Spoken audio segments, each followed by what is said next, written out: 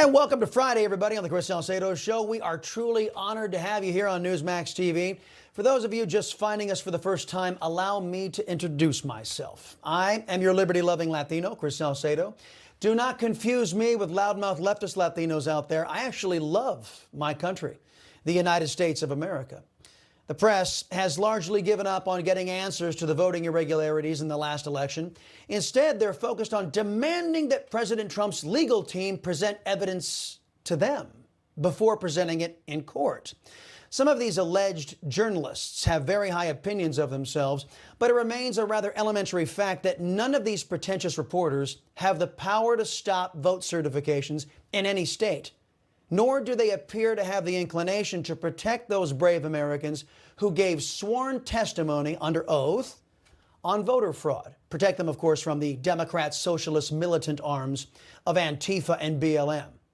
Here tonight to discuss various aspects impacting the legal challenges to the election, famed attorney Lin Wood, scheduled to appear, Michigan State Representative Bo Lefebvre, and the great Trish Regan. Plus, Mark Halperin is talking with both Biden and Trump supporters. He is asking them, is there anything Republicans and Democrats can work on together come January?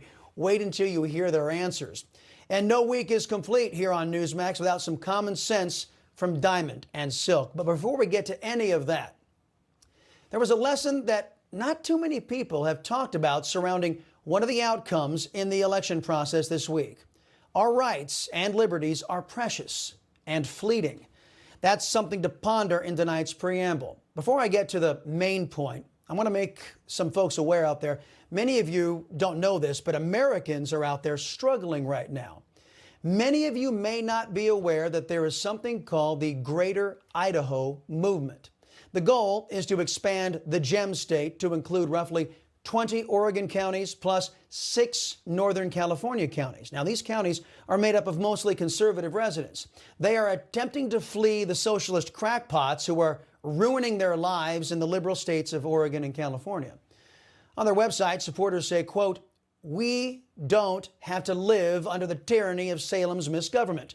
We are Americans!" exclamation point.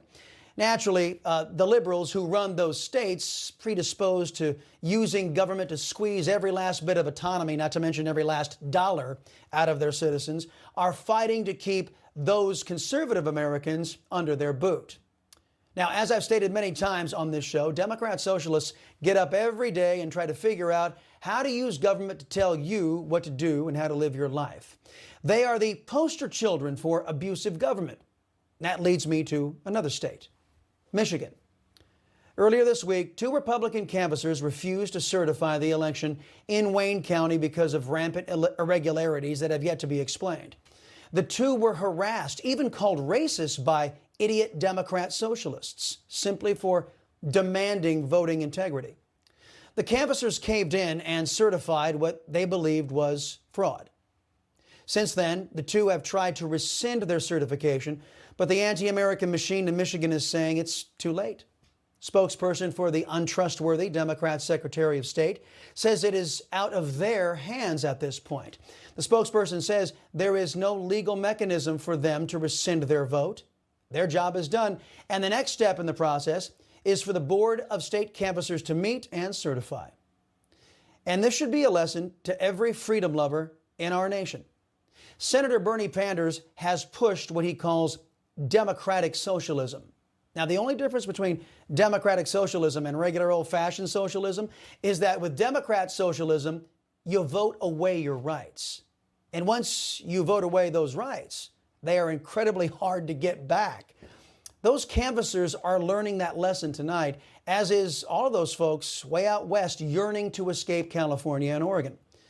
My advice is treasure your rights. Fight like hell to protect them. Don't trust or vote for politicians who propose and pass laws that take away your rights.